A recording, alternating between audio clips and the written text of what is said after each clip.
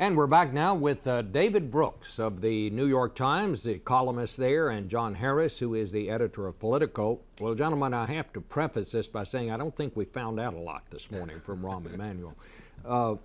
But let me ask you this, the kind of the thing that I found most interesting, he would not say what role Senator Obama is going to play in this coming lame duck session of the Congress. Why was he being so coy about that, David? Well, suddenly the new coy Rahm Emanuel, you know, next thing he'll be Mr. Peaceful.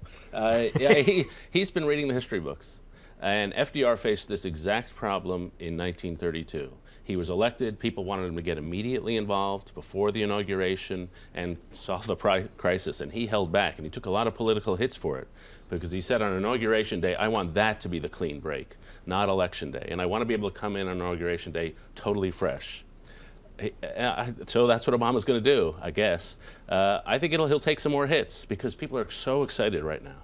They want something to change right away, and if he's Mr. No, no, no, I'm not going to Washington, I'm staying back, I think he'll take some political hits over Well, that. did you take it from that, and I'll go to you too, John, to get your answer on this, from that Barack Obama's not coming here for this special session? I mean, I didn't know what to make of that. I didn't hear an answer to that, so I'm assuming that it sounds like he's going to stay away or maybe come in only at the last minute. I think what, as David described it, is exactly right and also smart for Obama, whatever hits he takes. The last thing he wants as a president-elect is accountability without power. So if he gets in the middle of this, he'll have accountability without the actual power. And I think also there's a question of atmospherics. He wants the nation, and I think the nation is ready to start seeing him as a president. And so to be down there on the Senate floor haggling over deals, he does not want to be seen as a legislative figure or a deal-making figure. So what are we going to see in these next months, David, and what is going to happen here? Well, there's a huge debate going on in Democratic circle and the Congress as a whole. How do you deal? How fast do you go? And you mentioned in your commentary with him and with Rahm, and I got the impression from him, they want to do everything at once. They want, as you called it, the Big Bang Theory. I think that's a disastrous mistake. You're going to tell me you're going to solve an incredibly difficult economic crisis. At the same time, you're going to reorganizing 14% of the American economy, healthcare. I think that would be a gigantic overreach. And there are other people on the other side who say you do this in 2 stages. The first stage of your administration is stimulus and building faith in Washington. And that includes energy and tax cuts for the middle class. That's your first. And then after a few months where you've built some faith in Washington, then you tackle the other stuff. The health care plan is going to cost at least $100 billion a year, probably way more than that. So if you pile all this together in the first few months, in my opinion, you're going to freak out the country. The only way he could pursue the Big Bang Theory is if all the talk about wanting to create a bipartisan tone in Washington, he's willing to sacrifice that, because it would only be on an all-democratic basis that you would get an agenda that ambitious done. I do think there's sort of 2 theories of presidential power at stake here. One says you're never more powerful than on January 21st, the day after inauguration, and you spend down that account, and you better get as much as you can because it's going down.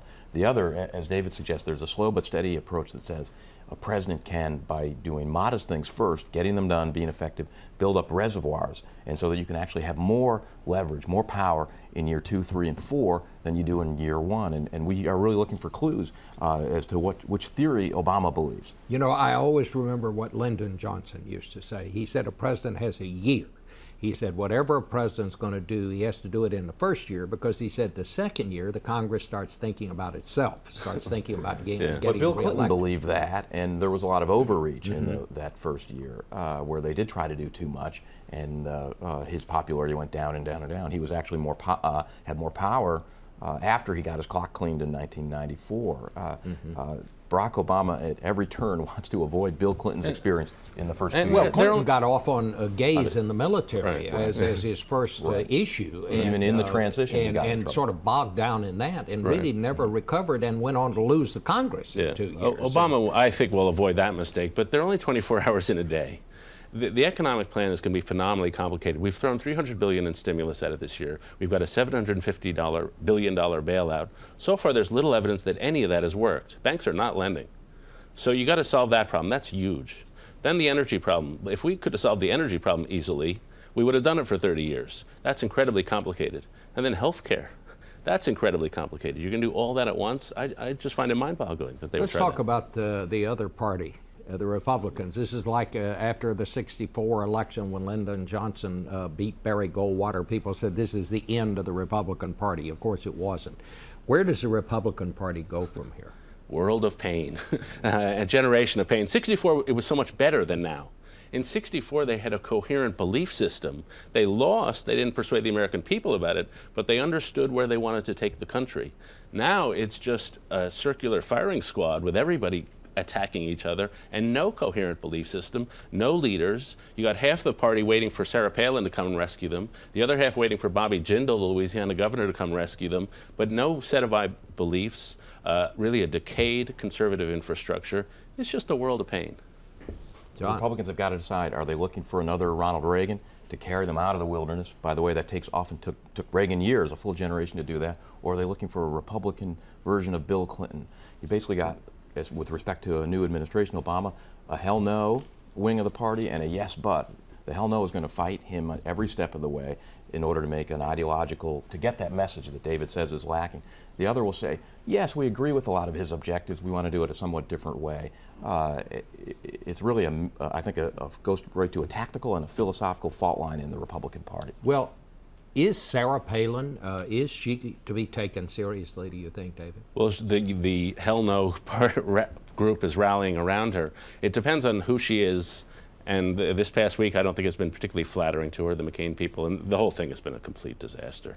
But they've attacked her for her lack of human capital or for being a diva. I'm not sure it's all fair, but one would not say she has spent her life preparing for an intellectual revolution to lead a party out of the wilderness. Let's put it that way.